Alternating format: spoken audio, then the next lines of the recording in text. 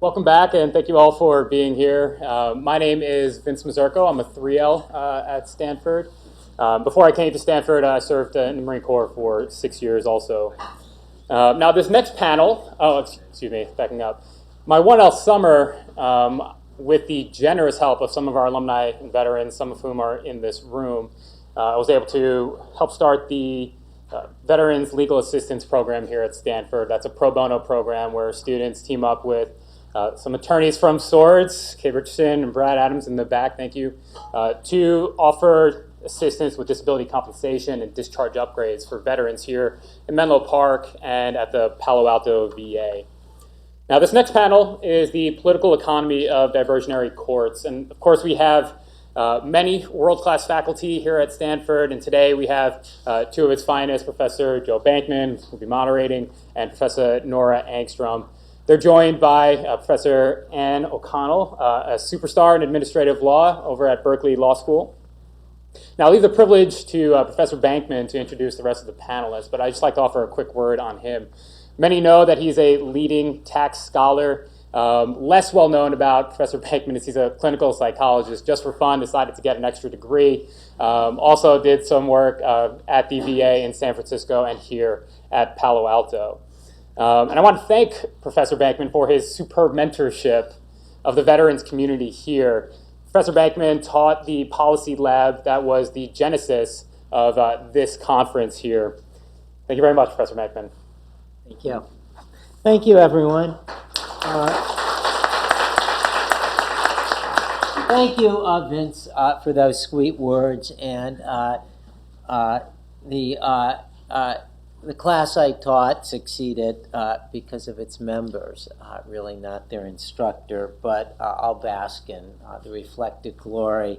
And I want to say, as a faculty member, I'm just happy I am at how many vets we've had in the past 15 years, I think, in particular, and how much it's enriched our school. And while I'm at that, could I get a little audience participation? How many in the audience have served? Could you raise your hand if you served? Wow. Well, thank you very much. Well, you know, this is a panel on political economy, and if you're not an academic, you might ask, what the hell is that? And political economy looks at the big thing, because that's what we academics do, maybe best or worst. And it really asks, how did something come to be? What explains it? And to some extent, we also ask what justifies it, or what would justify it. So what this panel is looking not really how to necessarily improve the veterans courts we have, although I think it's a related exercise, but how do we come to have them? What's their purpose? What's their explanation? What are the justifications for them? So on the panel, we have a great speaker, my own colleague, Nora Angstrom. Nora is a graduate of Stanford Law School, Dartmouth. She's an expert in torts, that's kind of civil wrongs, and in complex litigation, because in civil wrongs there's lots of complex litigation, and has studied specialty courts, which is a very rare thing to study, because in the past specialty courts may not have been that important. What we've seen here is how important increasingly specialty courts are, with, of course, the veterans treatment courts, the courts we're looking at today. So we've asked Nora to talk to us, to give us some benefits of what she studied in the past and how an academic would look like at the whole idea of specialized courts. And when she's done, I'll introduce our next speaker. Well, thank you for that introduction, and thank you for coming here today to talk about this very important topic. So in our first panel today, we learned quite a bit about veterans courts. And my aim now is to step back and expand the frame a bit to consider veterans courts in a broader social, legal, and political context. All right, so I want to address two questions, which is first, how do veterans courts fit into a larger push to move cases and disputes away from courts of general jurisdiction and into special dedicated tribunals? And given that this development isn't happening on a blank slate, in other contexts, we've been down this road before, I want to ask what lessons can proponents of veterans courts draw from our past experience? So first, in terms of a broader perspective, the push to enact veterans courts can and should be seen, I think, as part of a larger effort dating back over a century. And to really understand veterans courts and the current momentum behind them, we need to know something about those past efforts and the accompanying debates. So the push to enact problem-solving courts is relatively new, right? Dating back only to 1989 in Dade County, Florida. But specialized courts more generally are anything but. So in 1891, for example, we had the Federal Court of Private Land Claims, followed by the Federal Court for China in 1906.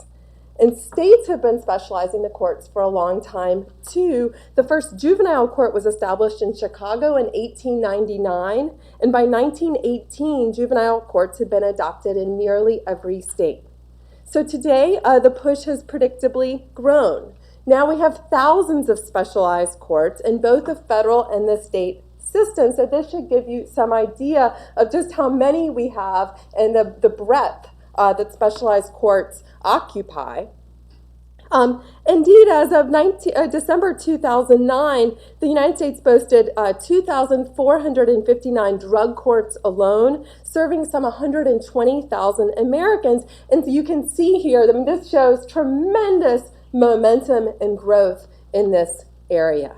Veterans courts are apparently on something of the same track, as a recent paper actually penned by some Stanford Law School students described the courts as, quote, spreading like wildfire.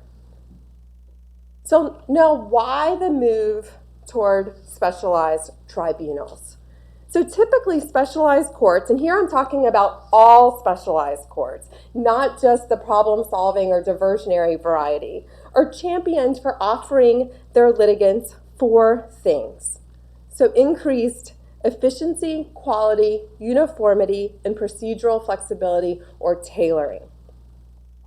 So the first advantage typically associated with specialized courts is efficiency.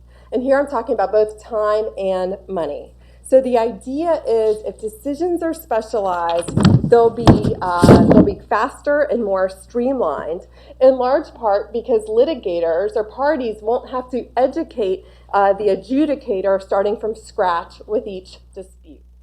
So the first quality, the first advantage associated with judicial specialization is efficiency. Next, the second advantage is quality, meaning here that folks in the literature say that decisions will be substantively better. Here, conventional wisdom is that specialized judges will be experts, and expert judges will produce higher quality opinions than non-experts. Next, there's uniformity, meaning that the thought is that decisions will be more consistent, stable, and predictable if rendered within a specialized tribunal. And so these first three advantages are often referred to as the neutral virtues of specialization in the literature. But there's one more that I think is really important, less often discussed, but this is a procedural flexibility and tailoring. If a court is designed to handle just one kind of dispute, it doesn't need clunky transsubstantive procedures. So to borrow Maurice Rosenberg's famous phrase, you can, quote, fit the forum to the fuss and adopt procedures that are sensible, flexible, and narrowly tailored to address the problem at issue and meet the specific needs of the client community. All right, so these are the advantages generally thought to accompany judicial specialization. And is everybody on board with judicial specialization? Not at all, right? So not at all. And so when folks have the other side, they identify a number of pitfalls associated with judicial specialization. I want to roll through these as well. So first, so I just highlighted that judicial specialization is supposed to improve the quality of decision making. There's disagreement about this. Some worry that on average and over time, specialized judges' decisions are apt to be of lower quality than their generalist counterparts. Now, why might that be? A couple of reasons are typically advanced. First, some worry that specialized judges might display a tendency toward insularity or tunnel vision and lack the broad perspective that comes from engagement with a range of disparate topics. Second, some worry that specialized judges might become hardened and overconfident. They might become too sure of themselves and too prone to substitute their own views for the views of experts. All right, so the question of whether specialized courts are of higher quality or lower quality than generalized courts is actually sharply contested in the literature. The next worry is adjudicator independence. Here, the idea is that specialized jurists might be more susceptible to political pressure or outside influence, or over time they might become too sympathetic or too hostile to the frequently encountered group. Third, there's the worry of what I call feast or famine, and this relates to case flows. So a court of general jurisdiction is diversified, right? So it's able to absorb fluctuations as caseloads shift, and certain kinds of cases, certain kinds of litigation get hot and cool. In contrast, because specialized courts aren't diversified, they are susceptible to abrupt swings in the size of their dockets. And here I note that this concern is more than theoretical. A bunch of specialized tribunals have become at various times swamped, which substantially slows adjudications and really erodes the efficiency advantage that we generally associate with specialization. Fourth, there's a worry of public perception. So this can cut both ways. So if the special tribunal is somehow seen as inferior to the generalist court, then folks stuck in the tribunal, so in the specialist court, are bound to be dissatisfied. Alternatively, if the specialized tribunal is seen as providing a superior service, then folks outside the tribunal looking in are unhappy as they feel something like second-class citizens. Fifth, there's the problem of boundaries. The idea here is that we actually heard about this in the first panel, whenever you create a specialized scheme, you have to draw lines to distinguish those cases or those people who are going to fall within the scheme from those that fall outside of it. And then once lines are drawn, they must be policed, as litigants with different incentives will seek to push the lines in different directions, either to make end runs around the specialized tribunal and into the generalist court, if that's seen as more attractive, or vice versa. And this is going to happen particularly as the public perception of the quality in the court, if there's a gap. People think it's really good in there or really bad out there. But the upshot is that boundaries and eligibility criteria can be tricky to draw and difficult to police, encouraging over time potentially inefficient forum shopping and gamesmanship. Next, there's the concern that specialized tribunals will divert the cases of particularly sympathetic groups like domestic violence victims or vaccine-injured children or veterans. And in so doing, take the pressure off improving the justice system for all Americans.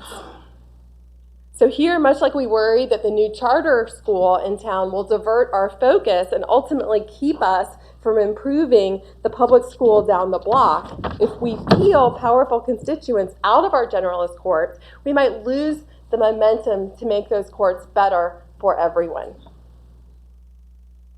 And finally, there's the matter or the worry of unrealistic expectations.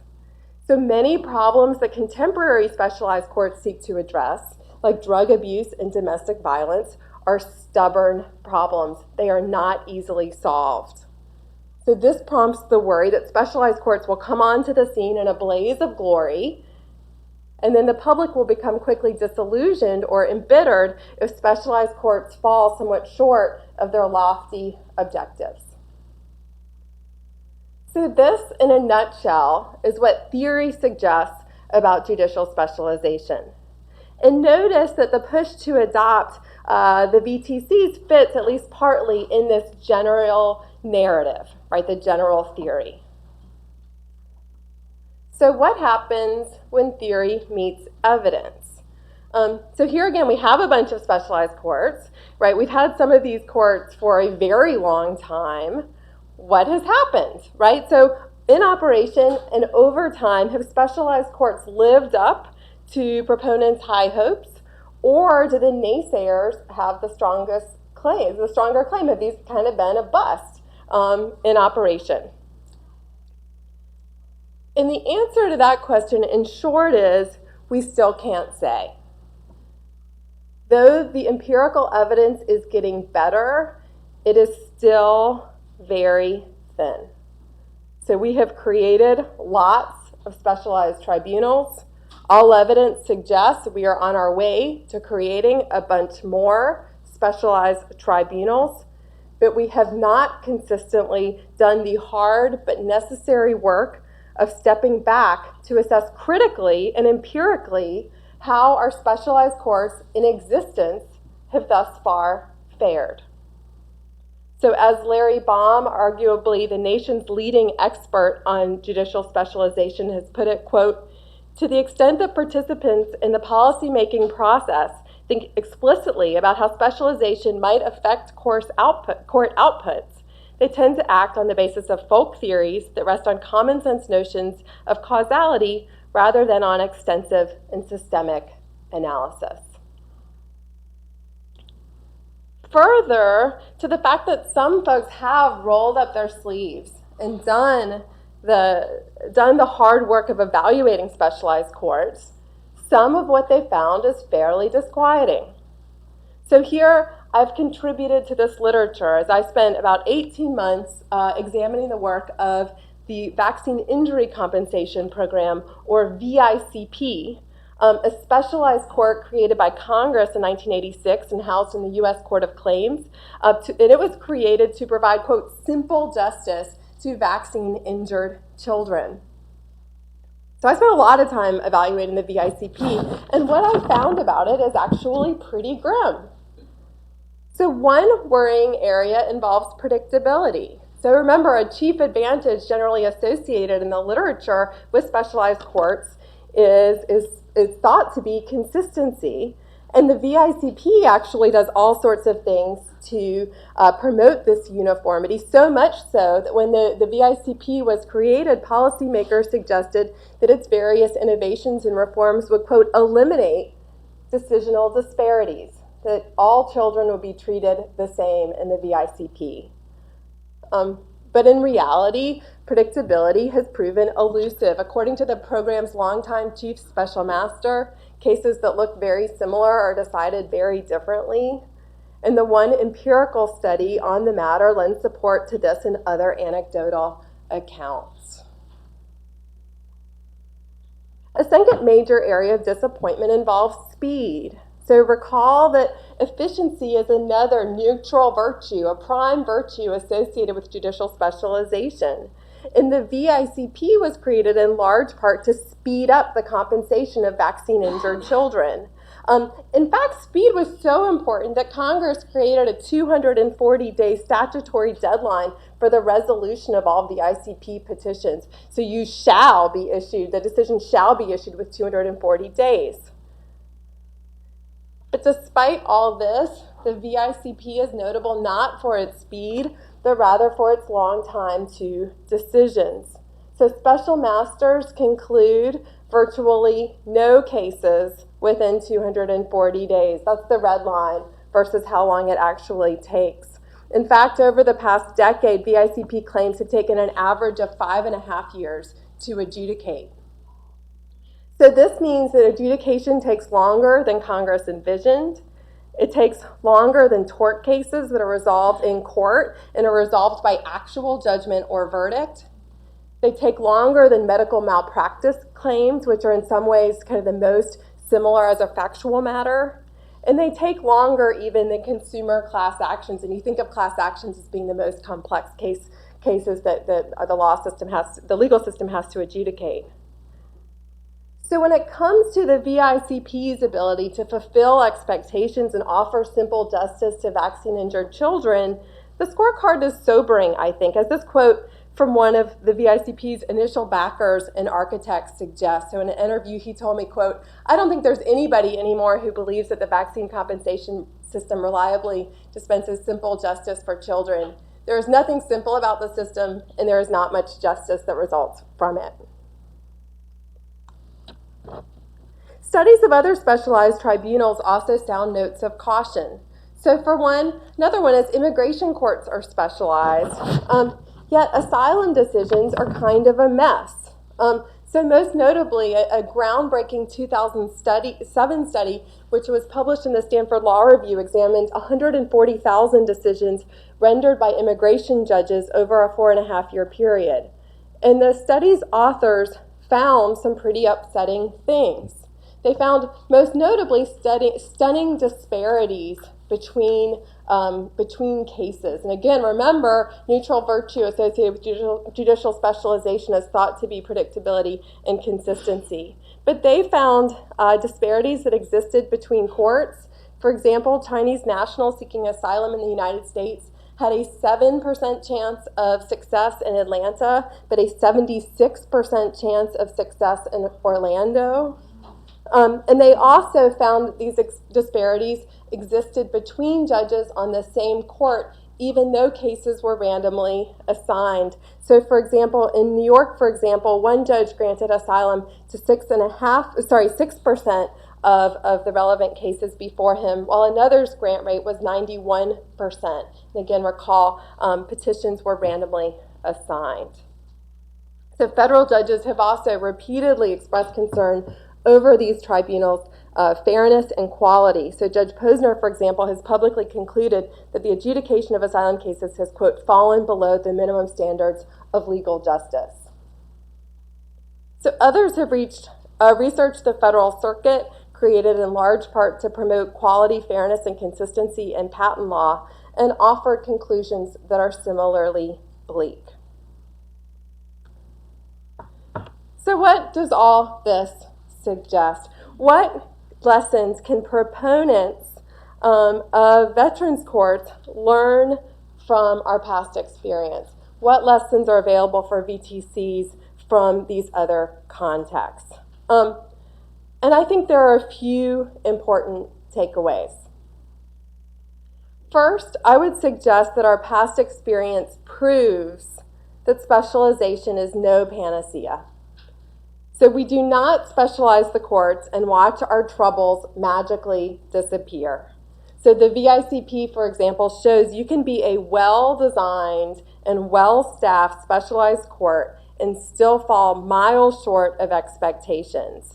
And the neutral virtues associated with judicial specialization have at least sometimes proved elusive.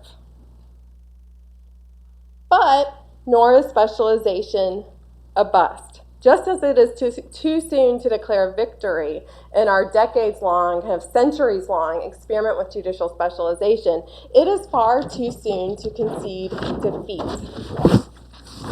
So this is true for a couple of reasons.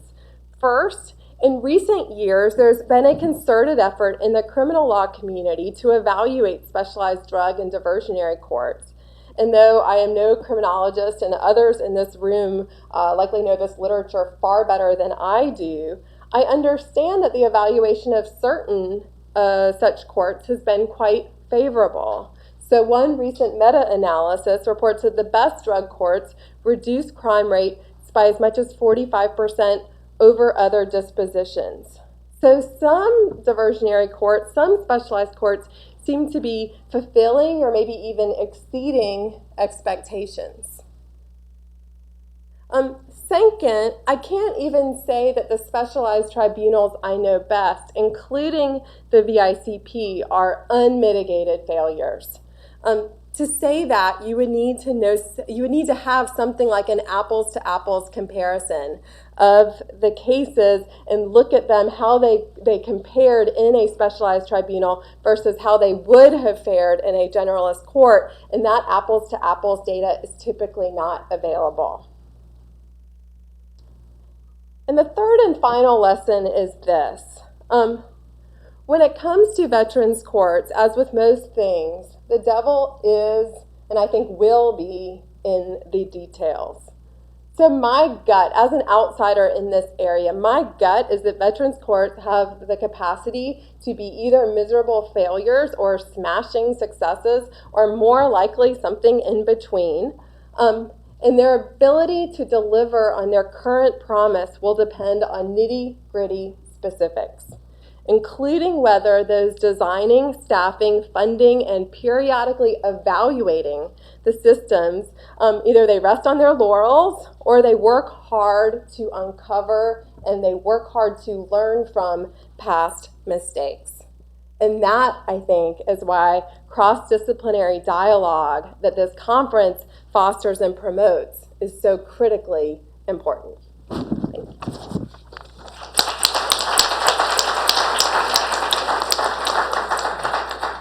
Well, thank you, Nora. You can see why she's such a popular teacher.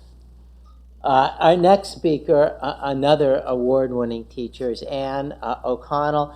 Anne is the George Johnson Professor of Law. I should say that Nora, I think, is the Dean Johnson Faculty Scholar, suggesting those Johnsons are busy supporting academics as well they should be. Anne has a JD from Yale Law School, a PhD from Harvard. Anne is one of the handful of top experts on bureaucracy, on quasi-bureaucracy. We talked earlier today about what kind of data would we want for the Veterans Treatments Courts. Anne has asked that question in general to look at government agencies. She's compiled that data, and she's been one of the leading authorities to interpret that data. She's won all the big awards in the field, and there are some big awards. I won't tell you their names right now. And we're thrilled to have Anne as a commentator.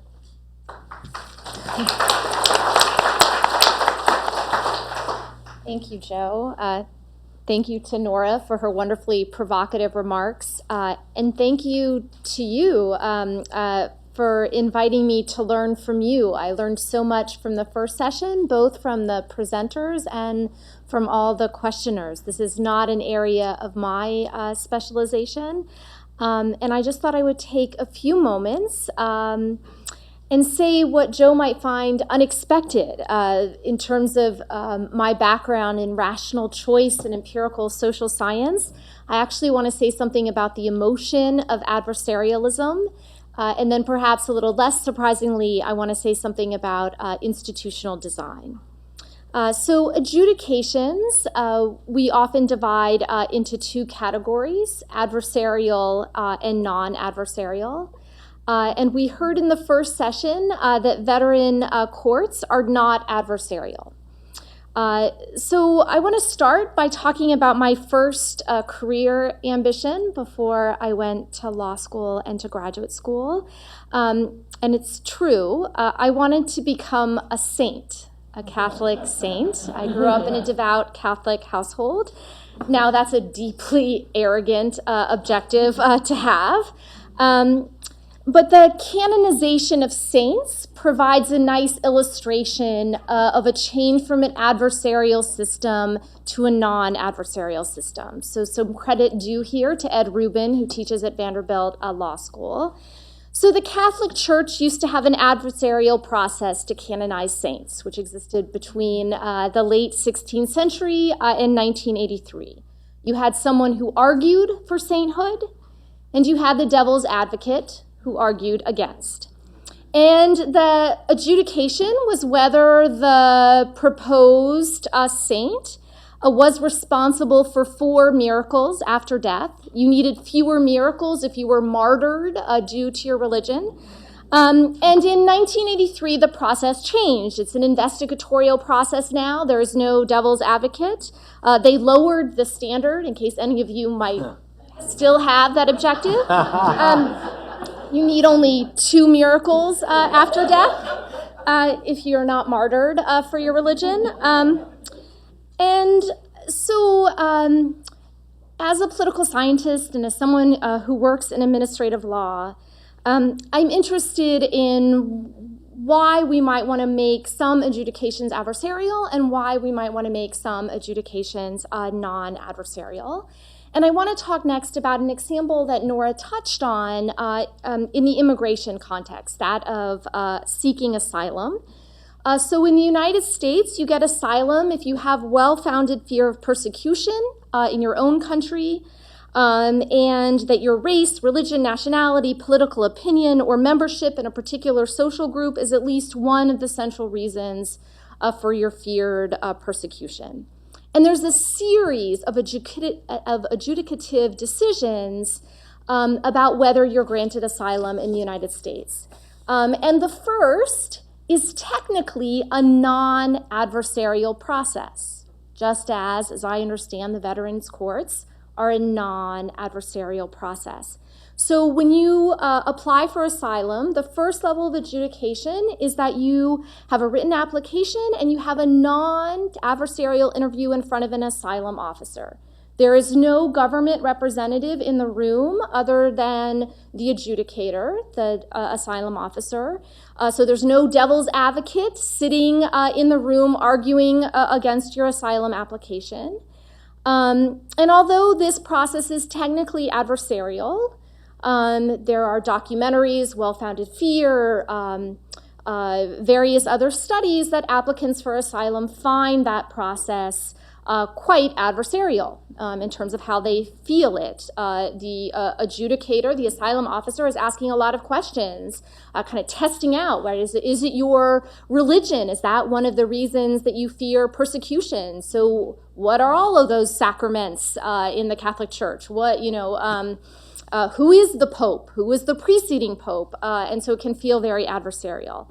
And then if you're denied asylum in that first level, technically non-adversarial process, you move to the second level of adjudication, which is what Nora was drawing a lot of her findings from, in front of an immigration court. Now, this is still agency adjudicators. This is not actually yet in the federal court system. And immigration judges now oversee a technically adversarial process. Now, there typically is a devil's advocate or government representative in the room arguing, though not necessarily against asylum. Now it's a Department of Homeland Security attorney assigned typically to cross-examine the applicant. And then if you're denied, also in front of the immigration judge who is reviewing the asylum officer of that first stage de novo, there are kind of additional stages. There's an additional agency adjudication in front of the Board of Immigration Appeals, and then if you are denied there for asylum, you can then move over into the federal courts. So now to turn back to the veteran courts, I have a series of questions. So first, do the veterans feel that the courts are non-adversarial? Right? So in the bunch of the literature that I read in preparation of this conference, in terms of technical design and in claims being made, one of the big claims is that these are non-adversarial proceedings, and I'm curious in terms of what we know of evaluation in terms of what the participants feel. And if the participants do feel that the veteran courts are non-adversarial, what lessons could we draw from that in terms of other technically non-adversarial adjudications that we have elsewhere? And to have that kind of emotional feeling or benefit from that type of structure in other areas. And are there just obstacles that make that impossible, right? Do you need a tie, as was said in the first session, to other services? Do you need a buddy or a mentor in these other areas? Do you need to have hero or mission-motivated adjudicators that exist in the veterans context, can you even get those type of adjudicators in these other areas? So I'm very much looking forward to your various questions and to meeting more of you this evening at the dinner. Thank you.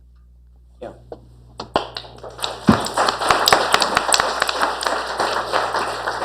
Well, I'm the other and last commentator, and I'm going to be brief too, and that's going to be good because what we've seen last hour is you all have a lot to contribute. And so what will make this a great conference is giving you all have time to contribute and to hear really each other and for us to learn from you. I want to suggest some other sort of reasons for the Veterans Courts, ways we might think about them.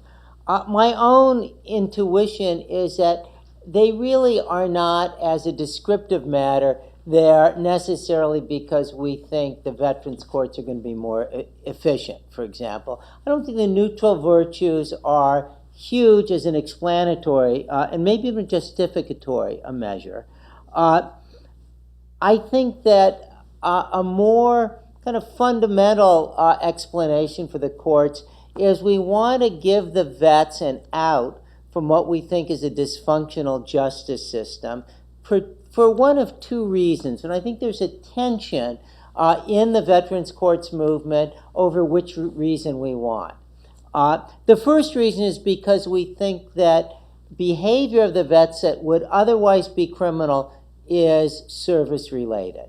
And so the kind of sharp version of this has somebody with PTSD that kind of snaps and is in one way, and maybe he's in a setting that is triggering for him, and he lashes out, and in 5 minutes he assaults somebody. And in a way that we might recognize, because I might recognize a psychologist that has worked with vets, has got kind of a classic safety-seeking, vigilante reaction that comes from someone that has just spent 1, 2, or 4, or maybe more years in sensible fear from his life and trained to have that kind of vigilance that's incredibly useful in Afghanistan and can be incredibly dysfunctional in the Bay Area.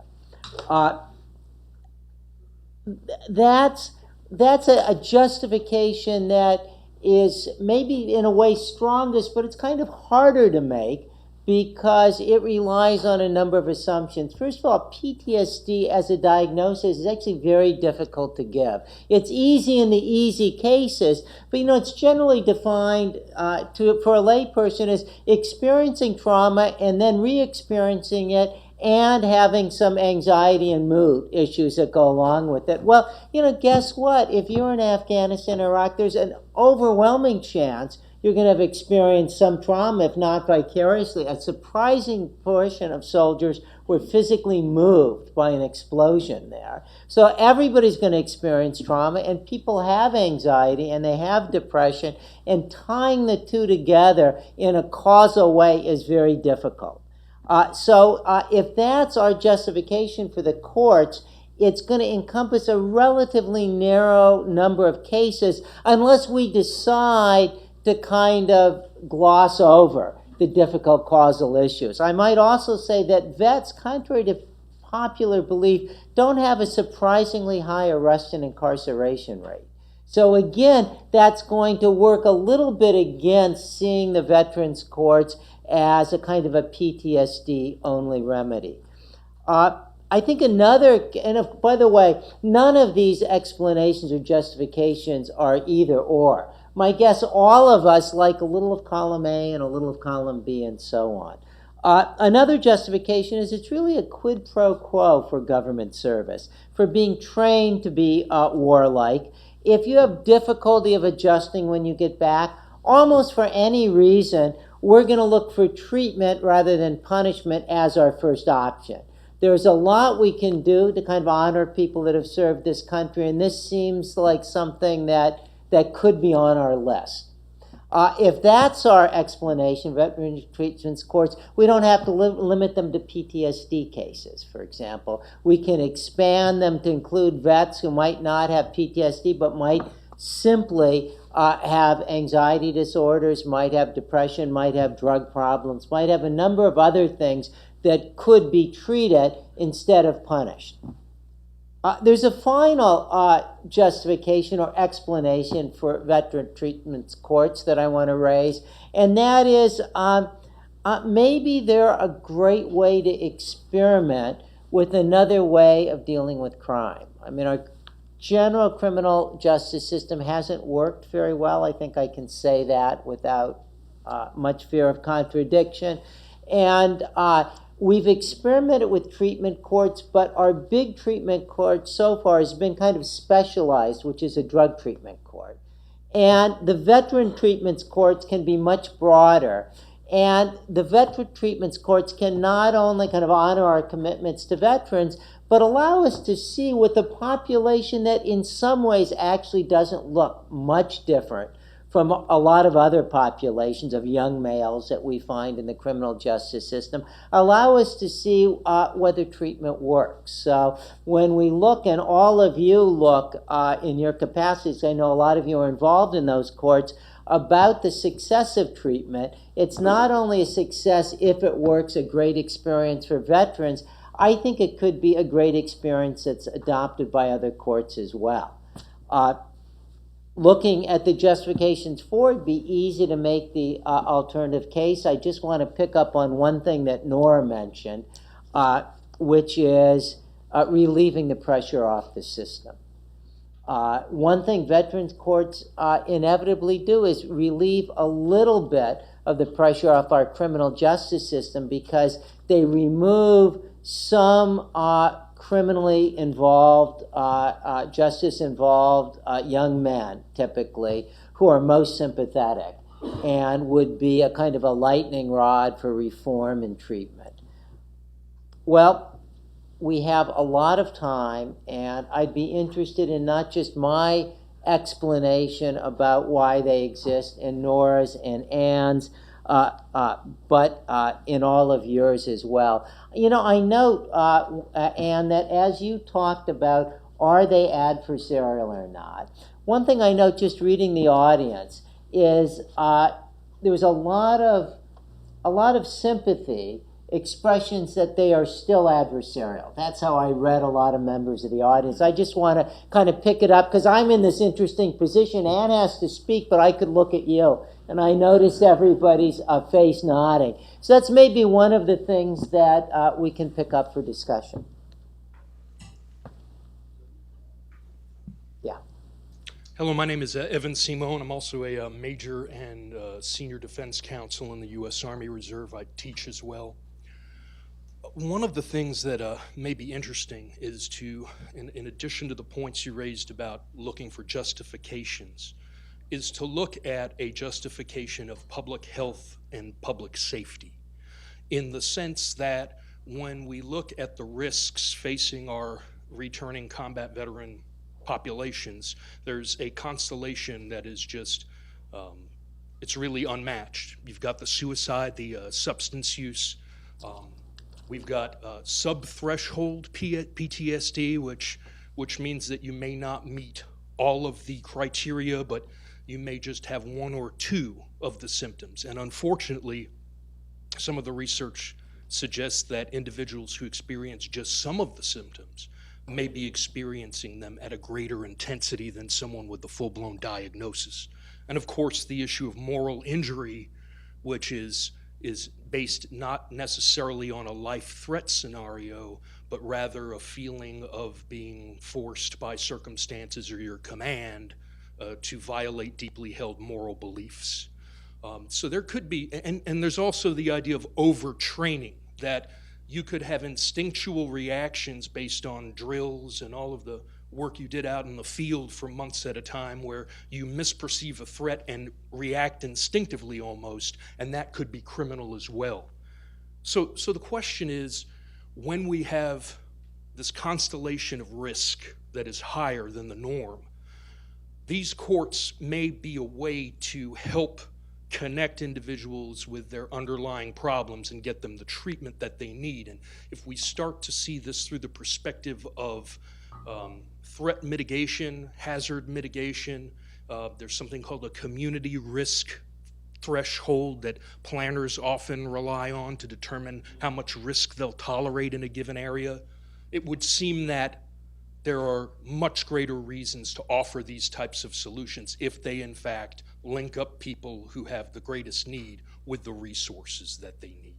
So a thought on public health and public safety as another motivating factor. One thing I'll finally say is, it does seem like instead of talking about gratitude and sympathy and saying thank you for your service, there's more of a feeling of a mandate when you look at a risk perspective in terms of, and someone mentioned family members, again, symptomatic parents, intergenerational transmission of combat trauma to children.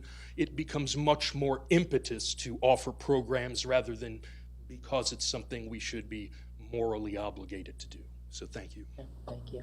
And I might say that this, of course, is to some extent predicated upon the notion, which I think many of us share, but hopefully can be shown, that these treatment courts work. Hi, my name is Francine Byrne. I work for the Judicial Council, and I'm research staff to the Collaborative Justice Courts Advisory Committee, which advises the Judicial Council on collaborative justice issues. And the Judicial Council is the policy-making body for the California's courts. But I wanted to speak a little bit about the adversarial process and how I think it illustrates a bit the tension between the courts focusing on process or focusing on outcome. And I still think there's a lot of sort of differences in opinion, what should be the most important thing. Preserve that process to ensure everyone has a fair and safe, and equal opportunity to state their case and to have outcomes that might be different. But our committee actually devised based on the 10 key components for drug courts, a different sort of 11 guiding principles, and they actually specifically decided to use the term outside the traditional adjudication and adversarial process for that very reason. And I think when you go to drug courts and vet courts and you see those staffings that occur when they talk about the cases prior to actually seeing the people in court, you will have your defense attorney and your prosecutor there in the same room, and you will see some of that. It's not completely non-adversarial, it just doesn't necessarily happen in the courtroom. So I just wanted to say that. Hello, my name is Duncan McVicker. I'm a member of the California Veterans Legal Task Force.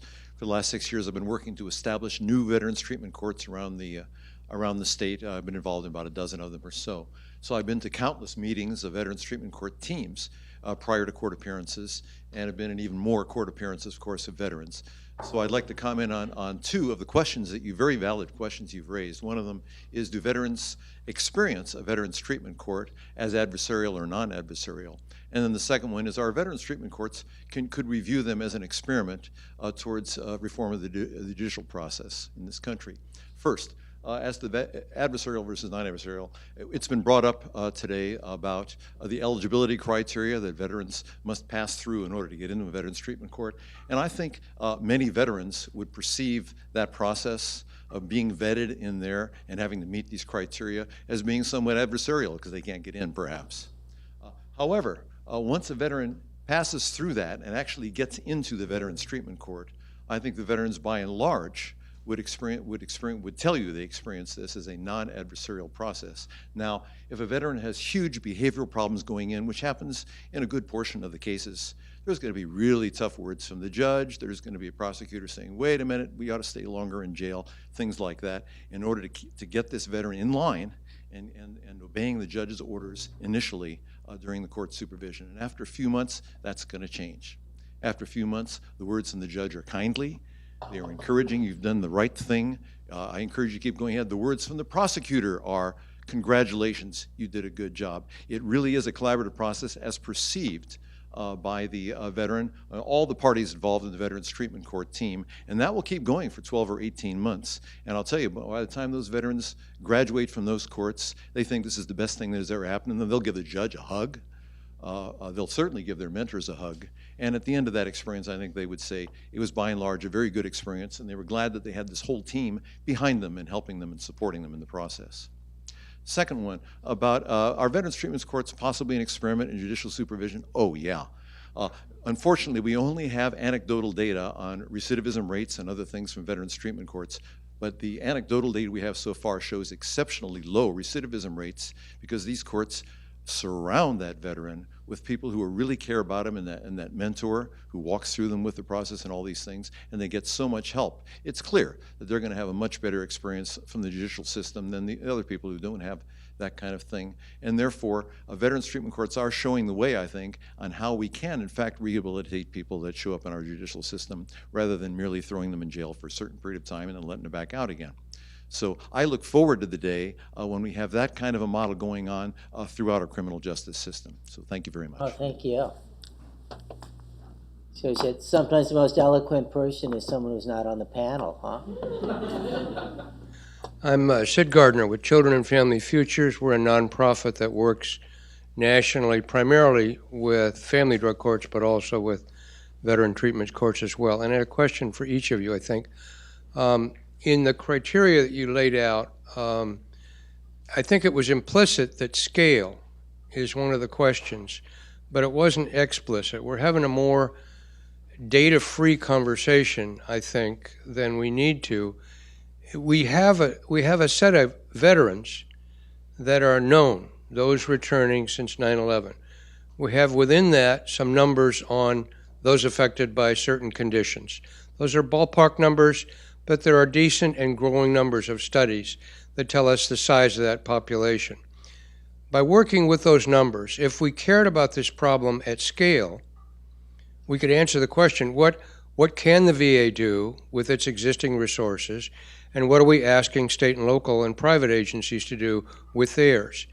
Until that's on the table, we're at risk of Veterans Treatment Courts being symbolic allocations. But we're not having that conversation. We're saying there's 150, 200, 300 of them out there. The way we've said with family drug courts, there's 350 of them. That's a good thing. But on average, those 350 serve between 40 and 50 each. That's about 5% of need. So if we're at a ceiling with 5%, and we can list several barriers that keep us from going above that, then we've got a terrific program that works very well for a small portion of the population that's lucky enough to get in it or that lives in a jurisdiction that's ahead of the curve. Other than that, let's don't pretend that if we threw more resources at that, we could make that system bigger and better. So the scale question, I think, belongs on the table. If VTCs are more than symbolic allocations that make us feel good about 30 vets a year in our county, or 50 or more, then there's got to be a conversation that isn't taking place at the national level. The second point goes to adversarial nature of this. I understand that, I think, that you're talking about the relationship between the court and agencies and the veteran himself or herself. When we try to learn from the other systems and we transpose that to the one we know, family drug courts, we don't have to go far to find retired Judge Lynn Edwards from Santa Clara County, who has just written a book on reasonable efforts. In the family drug court dependency world, there is a court doctrine of reasonable efforts that says in order to keep the family together, we can make a judgment, and Len's book about this is exemplary and very recent. We can make a judgment about whether those agencies are doing their job. That may not be adversarial, but it is a judge holding agencies accountable. The background piece that was handed out for this discussion refers to how a Veterans Treatment Court holds a veteran accountable for responding to treatment. That's fair, that's one of the directions, but who's holding the agencies accountable for their performance? Who's judging that reasonable efforts, or if we are talking about evidence-based programs, reasonable effectiveness? Where is that judgment being made? That can be very adversarial. If you say, I referred people to these 5 agencies, and this one did much better than that one, so next year, unless there's corrective action, I'm going to move the money around. That may not be judicial, it sounds adversarial, and it certainly involves more accountability than the system includes today. Great point. I want to, when you have comments, I'm assuming my co-panelists are going to jump in. Yeah. Yeah, do you want to? No, thank you. The scale comment raises, is a great comment because these courts and treatment is expensive too. So one of the things we have to consider is triaging, both trying to get more resources. How do we triage with our existing resources and what works the most for most people? Now, the fact is, we don't do that in other areas as well. So it's not just the needs of veterans that are criminally involved that we have difficulty making those triage decisions and avoiding symbolic actions when there might be better real actions. I'd be interested in sometime, maybe we can carry this on privately, if you think there are 2 or 3 other real actions that would be more significant than these courts. Maybe at the end, if you don't mind, maybe I'll call on you in like 10 minutes, if you have any, and you could let us know what they would be. Hi, how you doing? My name is Chris Goslin. I want to thank you guys for putting this on. This was really great, and who knew that you can make legal so interesting, right? I thought your presentation was really good, Nora. Thank you. I'm an Air Force veteran. I was a Korean language analyst for the Air Force from 2007 to 2012, and basically, I have a couple questions. I see 2 major issues going on. I see a proactivity problem and a collaboration problem. And it's really a phenomenon in the veteran community because if you look across veteran entrepreneurship, veterans serving in public office, or veterans that need treatment, there seems to be such a fractured situation going on in such a community that's so tight-knit and that people want to give so many resources to. So there's a huge problem of the fractured situation that I'd like you to address, and then proactivity. So I thought, Nora, you brought up a good point, is like actually looking at these courts, these specialized courts, and then seeing the outcome, right? I mean, you measure things based upon outcomes. So what are the outcomes? And then you don't just stop at outcome, right? You're like, okay, so what's the outcome? How did we get here? And how do we stop that from ever happening again? Like, why is that not the conversation? And so an organization that my uncle founded and that I contribute to is called the Home Base Project. It's a partnership with Mass General Hospital. It's actually in Seth Moulton's district in Massachusetts. And basically what they do is veterans coming back from Iraq and Afghanistan where the VA has failed them, they inpatient them, they get them the treatment that they need for their PTSD and their TBI, and they do that for free. And they have a partnership that is now a nationally distributed partnership, and it is now a confederation, so it happens at the local level, and it works. And it is outperforming the VA every step of the way with less money. And they are literally the private sector alternative to the VA. So, you have proactivity there. So hopefully they never make it to a veteran court, right? So fragmentation, proactivity. And then the last point I'll make, so these are kind of your words. So you said the criminal justice system is definitely failing us. And I have friends working on that are veterans that feel that way. You have the VA system that I personally feel is a failure to the veterans. And I think the situation under Obama has clearly shown it. Not that it's his fault, that's not what I'm saying, but the situation happened under his administration where it was revealed a lot of veterans dying in line for care. And then finally, like the foreign wars, right? Iraq and Afghanistan. So you have all these veterans coming back from war. When are we going to address the issue? So criminal justice system, failure. VA, failure. Foreign wars in Iraq and Afghanistan, bringing back these veterans, failure. When are we going to talk about the root cause of the problem that leads us here? Instead of attacking this small little issue of veteran courts, let's talk about how we got here in the first place and find better solutions for our country, because we're probably one of the smartest places in the world, and we should probably do that here before we do it anywhere else. So, thanks.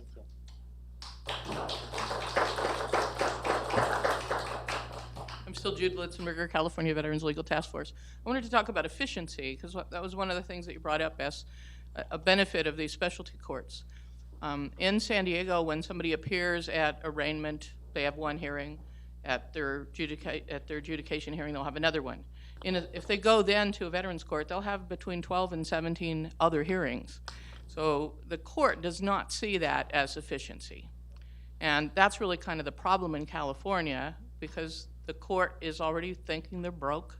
Every branch that I know of thinks they're broke and they need more money. And when you approach the presiding judge with an issue of let's start a veterans court, they do the math. They can understand that, and they don't have the court staff in order to direct to that. And so that's been one of the real big pushbacks we've had. When Duncan and I started doing consultation with people to try and get veterans court started, we worked with grassroots folks in counties that wanted to start a veterans court. And usually we'd organize the grassroots first and then go to the court and then go to the judges, and the public defenders were awesome in bringing on board because they saw it firsthand where the need was. But one of the things that we found is when it was court down, there was very limited opportunities for any input from the community. When the judges and 3 lawyers got together and they decided all the eligibility criteria, it was a lot more difficult to move from that point. So in San Diego, instead of doing that, what we did is we started meeting once a month for breakfast, and had anybody who was related to veterans in the community come to that meeting and start talking about what solutions we had, not for the criminal justice system, but why were so many young vets showing up at stand down and being on the streets and having these kind of challenges. The community in San Diego then came to the conclusion that we might need to look at veterans courts. And then we went to the presiding judge, and that was a whole lot more pressure. So my question is, do you think that community involvement, which starts the veterans court, yields a different kind of outcome than a court, judge, and lawyers starting it? Sure. It's a really interesting question.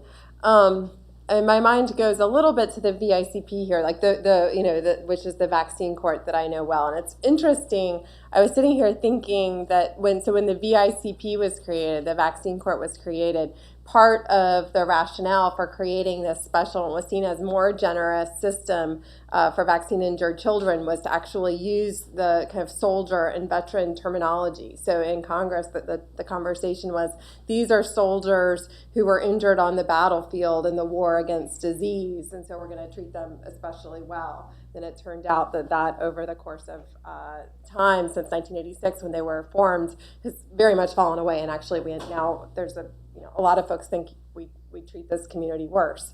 The VICP too, that actually was created with a mix of the parent community, pediatricians, and pharmaceutical companies, and legislators. That's who came together to create this specialized tribunal.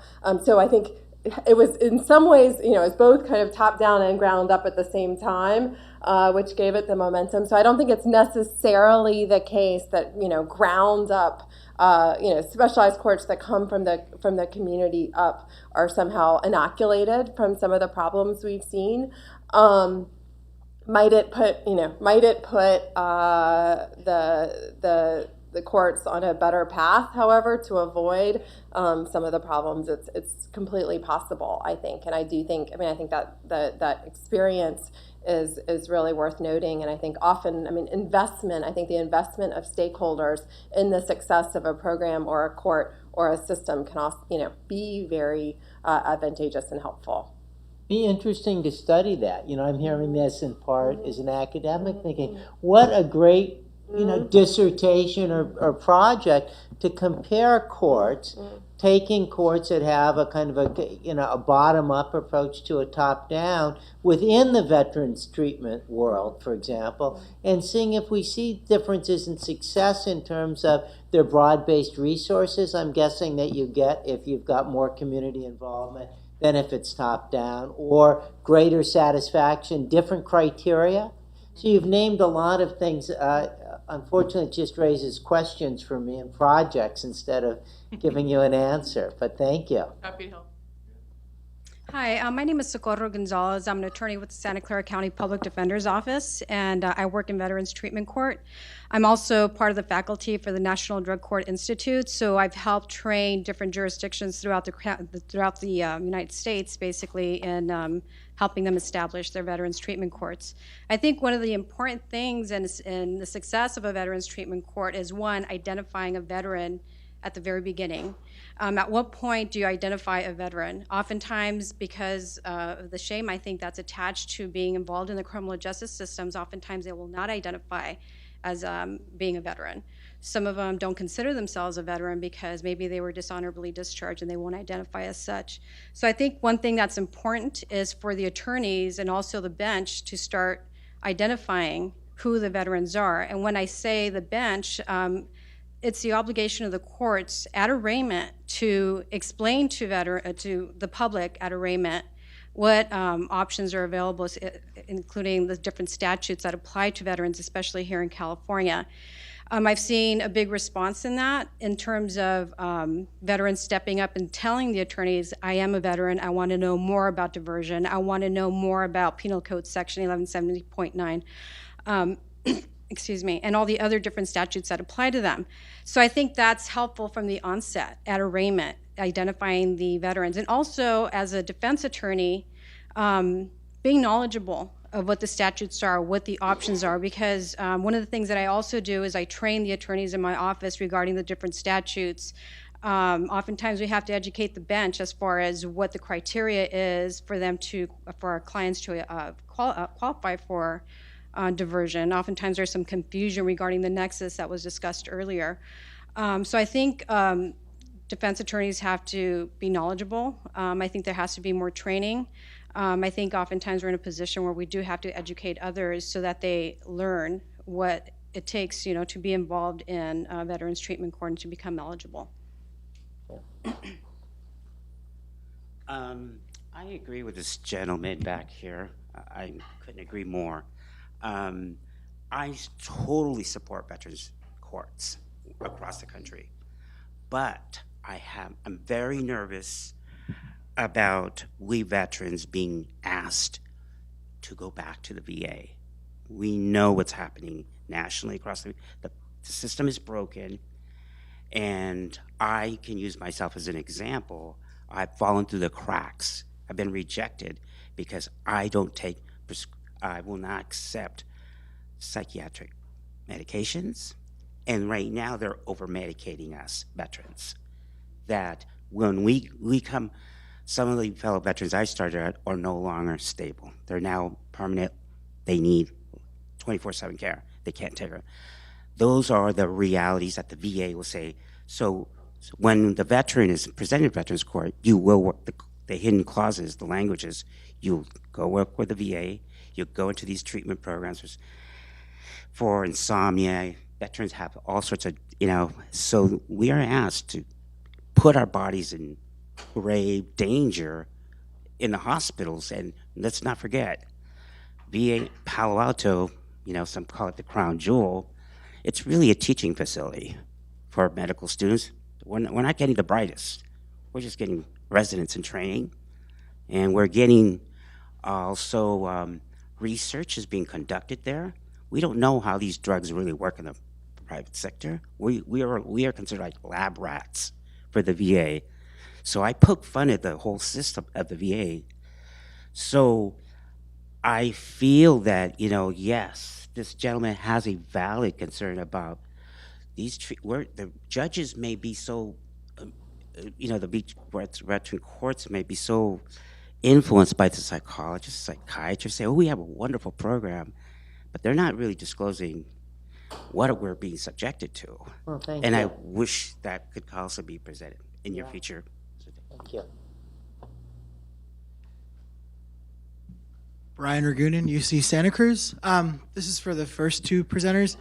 What do specialty courts and courts that are non-adversarial have to teach the general criminal justice system? What are the takeaway? If we're to take it away from vets courts and just look at the courts in general, what are the lessons that a good, successful criminal justice system has that maybe we can scale up? I would just say the one thing that has struck me most just from this afternoon is the incredible respect, beyond respect, what Joe was talking about, to the people who are appearing in the veterans' courts. And I think, at least in the parallel that I know better in the immigration context, is I think the assumption is that the applicant in the immigration context, for some or maybe even most of the adjudicators, is undeserving. And so to the extent that we can treat sort of all people in various adjudications, obviously within the bounds of the law, with incredible respect, I think would be an improvement.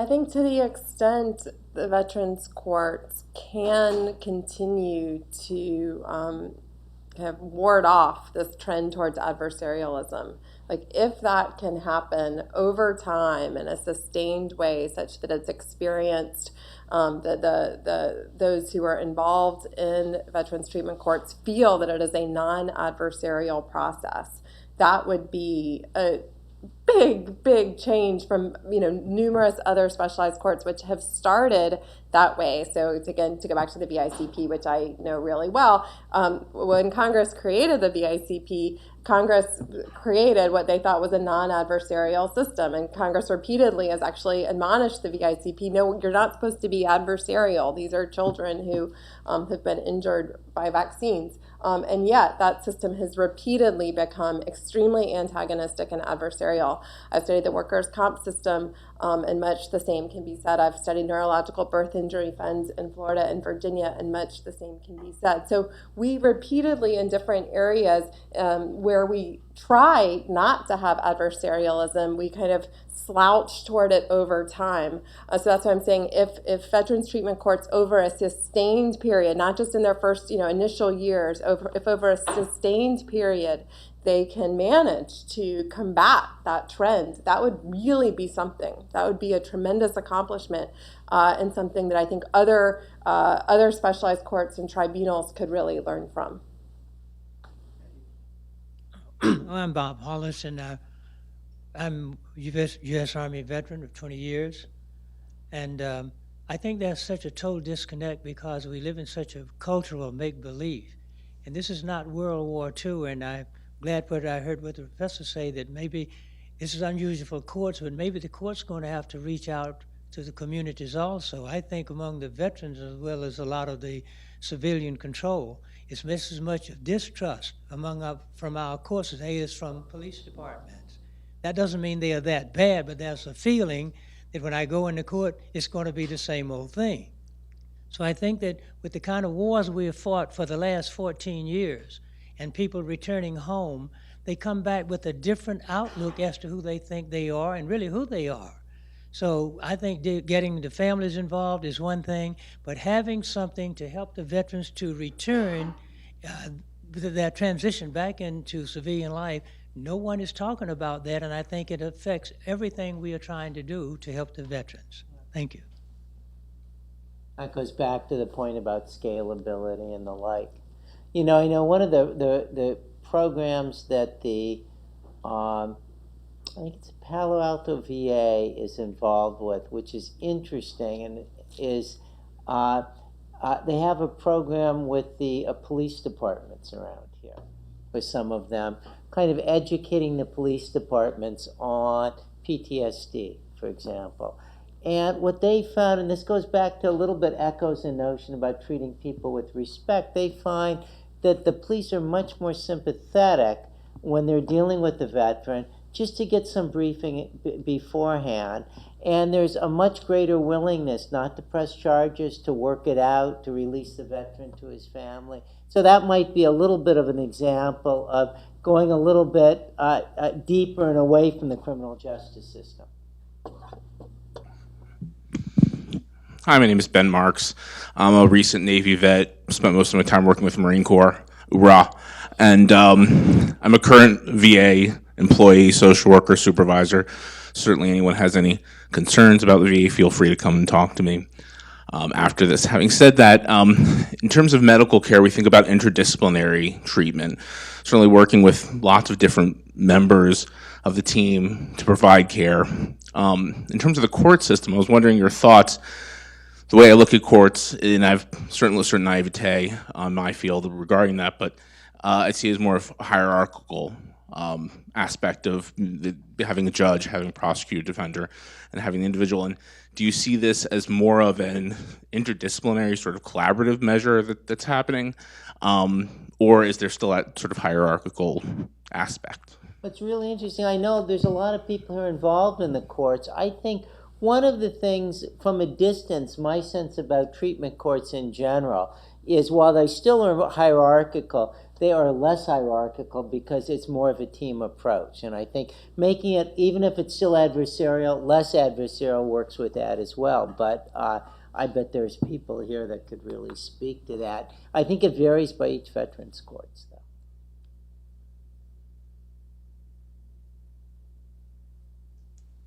Well, this might be a great time to thank the rest of the panel and thank you all. And we continue tomorrow for some terrific sessions. Thank you.